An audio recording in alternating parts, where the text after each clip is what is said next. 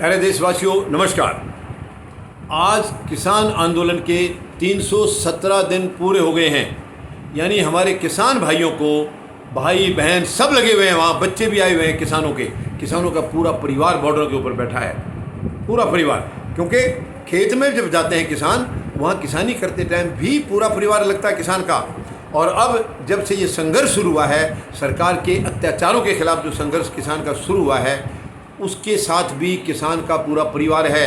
2 आदमी आ जाते हैं, 2 चले जाते हैं, इस तरीके से बच्चे भी आ रहे हैं, बुज़ुर्ग भी आ रहे हैं, महिलाएं भी आ रही हैं। किसान का पूरा परिवार उसका साथ देने के लिए दिल्ली के चारों तरफ बैठा है और उनको वहाँ बैठे हुए 317 दिन हो गए हैं। और सरकार की मानसिकता इतनी नकारात्मक है, उन्हें ज़रा सी भी आज चिंता नहीं है, ज़रा सा भी फिक्र नहीं है कि ये वही किसान बैठा है जिसकी पैदा की हुई रोटी खा रहे हो।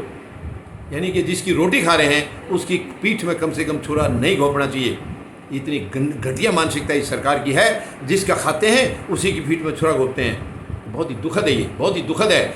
और आज देख लीजिए 22 जनवरी के बाद एक भी मीटिंग नहीं हुई है और प्रधानमंत्री महोदय ने किसी भी अपने फंक्शन में, किसी कार्यक्रम में, किसी भी भाषण में किसानों के बारे में एक शब्द भी नहीं बोला है। बोलते ज़रूर है कभी कभी किसान की बात, लेकिन वो नकली किसानों के बारे में बोलते हैं। नकली किसान जो कुछ जिनको इन्होंने अपना पिट्ठू बना रखा है, कुछ नाजायज़ लोभ लालच दे करके, या वो 3 उद्योग घराने जिनको ये असली किसान मानते हैं, उनके बारे में बोलेंगे। लेकिन जो किसान आज संघर्षरत है, अपनी किसानी को बचाने के लिए संघर्ष कर रहा है, अपनी ज़मीन को बचाने के लिए संघर्ष कर रहा है, अपने परिवार के भविष्य को बचाने के लिए संघर्ष कर रहा है, उन किसानों के बारे में प्रधानमंत्री महोदय के पास एक शब्द भी नहीं है।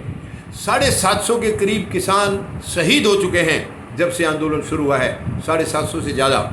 लेकिन प्रधानमंत्री महोदय के मुंह से एक शब्द आज तक नहीं निकला उनके बारे में, एक भी नहीं। यानी उद्योग घरानों के किसी बच्चे को या किसी सदस्य को खांसी जुकाम हो जाए तो प्रधानमंत्री महोदय उस जहाज़ को लेकर भागते हैं जो हमारे अपने पैसे की, हमारे खून पसीने की कमाई से जहाज़ खरीदे इन्होंने, यानी टैक्स पेयर के पैसे से जहाज़ खरीदें। उस जहाज़ को लेकर के उन खांसी जुकाम वाले के हालचाल पूछने चले जाते हैं। लेकिन जिसका अन्न खा रहे हैं, जिसकी रोटी खा रहे हैं, उसको एक बार भी पूछने की ज़रूरत नहीं समझते हैं। कितनी दुख की बात है, कितनी शर्म की बात है ये किसी भी देश के लिए, किसी भी सरकार के लिए, और ख़ास करके सरकार के मुखिया के लिए। कितनी दुखद है ये। उनको कोई चिंता नहीं है, कभी भी कोई ज़रा सी भी संवेदना इनके अंदर नहीं है किसानों के प्रति, एक भी नहीं। और जब से आंदोलन शुरू हुआ है तब से एक बार भी प्रधानमंत्री महोदय ने उसका रास्ता निकालने की नहीं सोची, बल्कि इस आंदोलन को कुचलने की रोज़ाना रणनीति बना रहे हैं।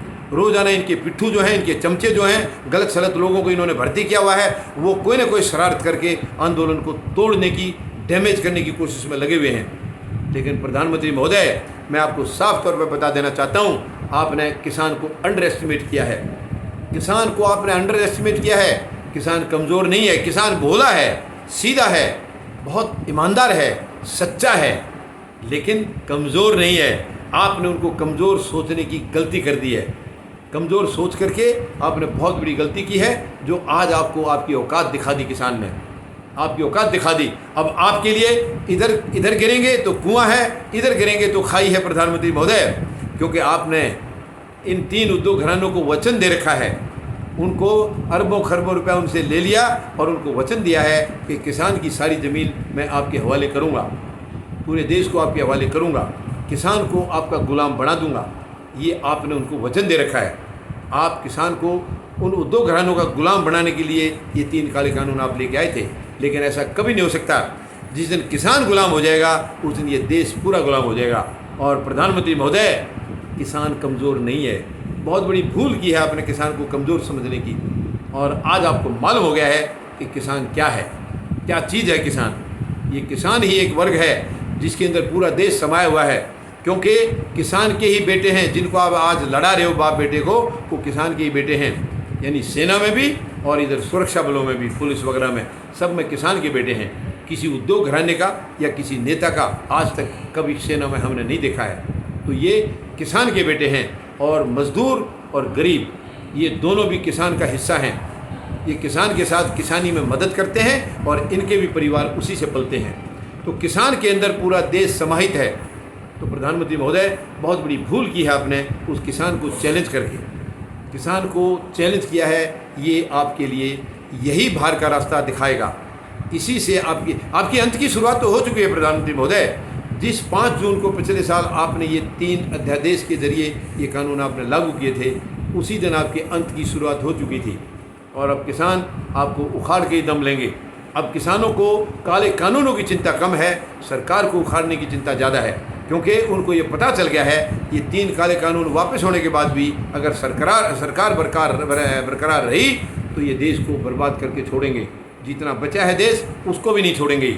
इसलिए अब सरकार की ये मानसिकता को पूरी तरह से भांप चुके हैं किसान, और किसानों की प्राथमिकता बदल गई है कि कानूनों से पहले अब सरकार को उखाड़ने की नौबत आ गई है। राकेश टिकैत ने पहले कहा भी है कि सरकार हमारी बात सुन लीजिए, किसानों की बात सुन लीजिए, कहीं ऐसा ना हो आज तो हम बिल वापसी की बात कर रहे हैं, कल को कहीं हम सरकार वापसी की बात ना करने लग जाएं। और वो शायद समय सही आ गया है, अभी अब वो समय आ गया है, अब सरकार वापसी का बिल्कुल समय आ गया है और किसान अब सरकार वापस करके रहेंगे।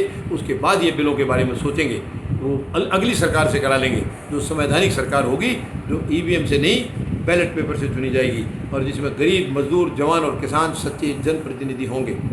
वो देश की सच्ची सरकार होगी, ईमानदार सरकार होगी, जो कि देश को महाशक्ति बनाएगी, विश्व शक्ति बनाएगी। धन्यवाद। जय जवान, जय किसान, जय हिंद।